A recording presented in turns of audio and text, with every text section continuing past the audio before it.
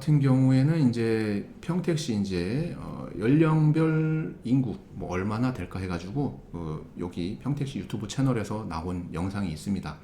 지금 보면은 아동 청소년 0에서 18세가 97,357명, 예, 이게 2021년도 1, 4분기이기 때문에 최근 자료입니다. 그리고 청년층 19에서 39세가 29.95%, 16만 3천 명이라고 합니다. 그리고 중장년층 40세에서 64세까지가 21만 6,974명, 예, 39.86이니까 40%, 30%에 40%면 70%죠. 평택의 주축이 여기에 있는 겁니다. 주축이 요 중간 형성을 하고 있는 거거든요. 그렇기 때문에 평택의 인구 구조는 매우 탄탄하다. 고령 비율이 그렇게 높진 않다. 12%지만. 그리고 이제 세대별 인구가 얼마나 될까? 예, 요거는 이제 2인 세대, 3세대, 4세대, 5세대, 1인 세대거든요. 1인 세대의 비율이 압도적입니다.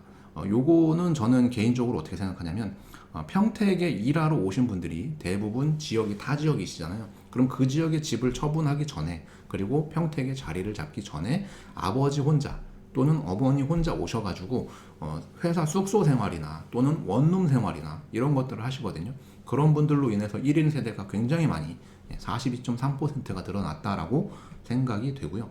2인 세대는 아무래도 이제 뭐 결혼을 하셨거나 뭐 이런 분들이겠죠. 그리고 3인 세대는 자녀 한 분, 4인 세대는 자녀 두 분, 그리고 5인 세대면 이제 가족 단위가 모여서 사는 건데, 지금 1인 세대 비율이 압도적이다. 1인 세대, 2인 세대가 거의 평택의 대부분을 차지하고 있는 세대수다. 그럼 이분들이 나중에 반대로 생각하면 이분들이 나중에 집을 매수하기 시작한다면은 아무래도 요 수요만큼 어느 정도 영향을 미치지 않을까라는 게 제 생각이에요. 왜냐하면 보통 신혼부부 같은 경우에는 뭐 전세, 월세 또는 자가에서 시작을 하고, 대부분 3인 가구 같은 경우에는 이미 자가가 있거나 또는 뭐 반반이실 것 같거든요. 그리고 4인 가구 정도 됐을 때는 어느 정도 자리 잡은 것 같고, 5인 가구야 당연히 어느 정도 집이 있을 걸로 예상이 됩니다. 그리고 요거는 이제 인구가 가장 많은 지역은 어디냐 해가지고 평택시 역시 그 자료인데요. 요게 평택이 서구 그리고 북구 남구로 이렇게 나뉠 것 같아요. 대도시가 됐기 때문에. 그래서 이렇게 나뉘어졌을 때 어느 지역이 과연 인구 분포가 많이 돼 있고 어느 지역에 사람들이 많이 살고 있는가를 보는 겁니다. 예, 보면 요쪽 서구 쪽에 10만 6천 명, 10만 6천 명, 평택시 전체 인구의 19.6%가 지금 이 서구 쪽에 살고 있고요. 32.5%, 17만 6천 명이 이 북구 쪽에 거주를 하고 계십니다. 그리고 나머지 26만 953명, 예, 47.9%가 이제 남구에 살고 계신 거죠. 여기 보면은 고덕면이 북구고, 여기 지제가 세교 쪽으로 들어가거든요.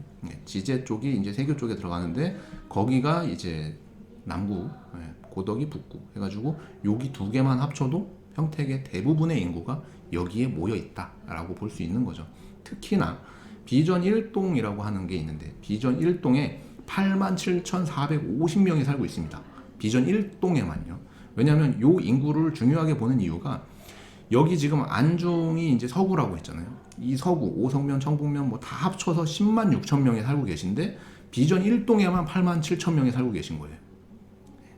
요 어마어마한 차이. 비전 1동이라고 해봐야 이 안중 전체 면적의 뭐 한 10분의 1이나 될까 모르겠는데 그 안에 몰려 살고 계시고, 이제 고덕에 어느 정도 인프라가 조성되고 아파트가 공급되고 하면은 고덕 인구도 굉장히 많이 늘어나겠죠. 그리고 평택시 목표 인구가 2035년도까지 뭐 95만 인구, 90만 인구 뭐 이렇게 잡혀져 있는 게 있습니다. 그게 이제 조금씩 변동은 하고 있지만 어쨌든 2030 계획, 2035 계획에는 뭐 90만 정도로 잡혀 있거든요. 그러면은 그때는 여기도 인구가 한 20만 정도 늘어나고 또 나머지 인구가 굉장히 많이 이쪽에 분포되어 있을 걸로 예상이 됩니다. 그런 거를 또 볼 수 있는 게요. 여기 이제 행정구역 이렇게 나눈 겁니다. 북구, 송탄 출장소를 기점으로 해서 북구, 서구, 안중 출장소, 남구는 이제 평택시청인데 시청이 이제 고덕 쪽으로 옮겨가면 아무래도 중심축이 요 가운데로 옮겨가겠죠. 뭐 나머지 행정구역이 뭐 왜 그런 건지 뭐 이렇게 나와 있는 거거든요. 남구를 어떻게 묶었고 뭐 이런 것들. 요거 이제 평택시청 홈페이지에서 볼 수 있고요. 그리고 우리가 이제 매주 봤던 거, 매주 봤던 게 이제 KB 리브온 자료를 봤잖아요. 평택시 부동산 동향이 어떤지를 매주 체크했는데 그게 이제 없어졌어요. 그게 없어져가지고 이거 어떻게 해야 되지 해서 찾아낸 게 요 엑셀 파일입니다. 요게 이제 아까 우리가 이제 사진으로 봤던 거 있죠. 인구 이렇게 분포되어 있는 거. 요게 이제 요 자료보다 조금 더 보기가 편해서 요 사진으로 보여드린 거예요. 그리고 요거 같은 경우에는 KB 리브온 자료인데 KB 리브온이 이제 주간 단위로 나오잖아요. 요게 이제 4월 5일 기준입니다. 평택시 요거는 매매 가격 지수가 전주 대비 0.3% 정도 올랐어요. 주택 부동산 가격이 평택 같은 경우에는 0.3% 상승. 역시나 상승이 꺾이지 않았다. 그걸 보는 거고요. 그리고 요거는 이제 전세 지수입니다. 전세 지수도 0.3% 똑같이 올랐어요. 그러면 전세도 떨어지고 있지 않다. 이렇게 보면 됩니다. 그래서 KB 자료를 이제 이렇게 간단하게만 보고 넘어가야 될 것 같아요.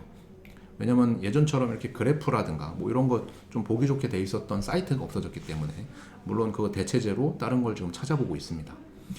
KB에서는 어떻게 이렇게 나오고 있다. 그리고 아까 평택시 인구 분포를 봤잖아요. 구별로. 북구, 남구, 서구 이렇게 세 개로 봤는데 주민등록 현황이 21년도 3월 기준으로 나오고 있습니다.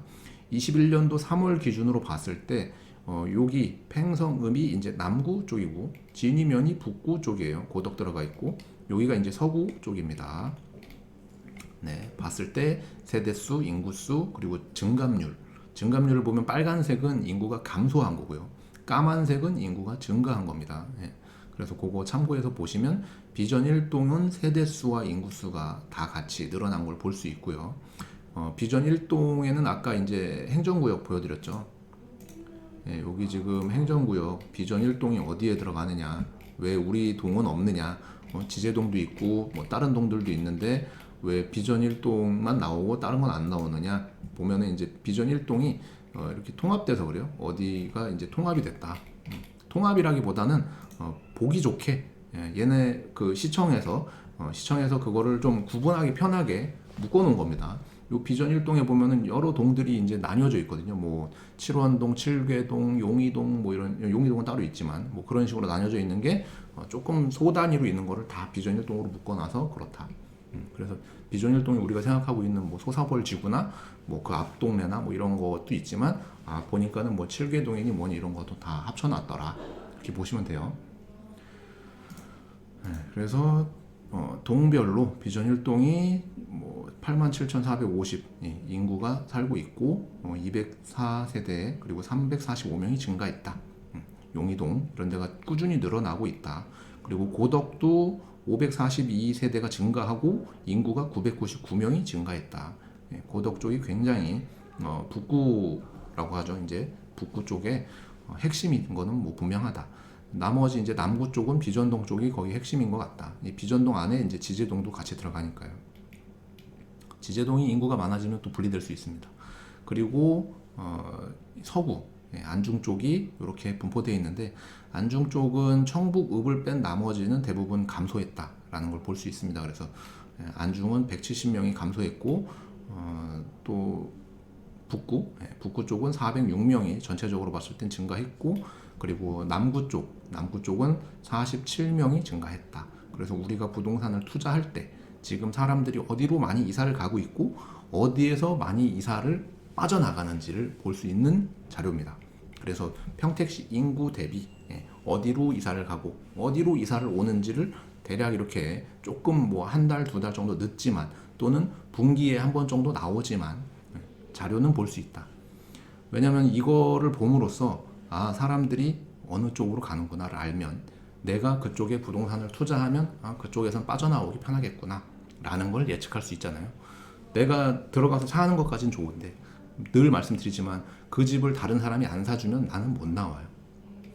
그것 때문에 이런 자료를 보는 겁니다. 그리고 전반적으로 지금 평택시 인구가 늘고 있기 때문에 평택시 인구가 아까 이 자료에서는 안 나왔지만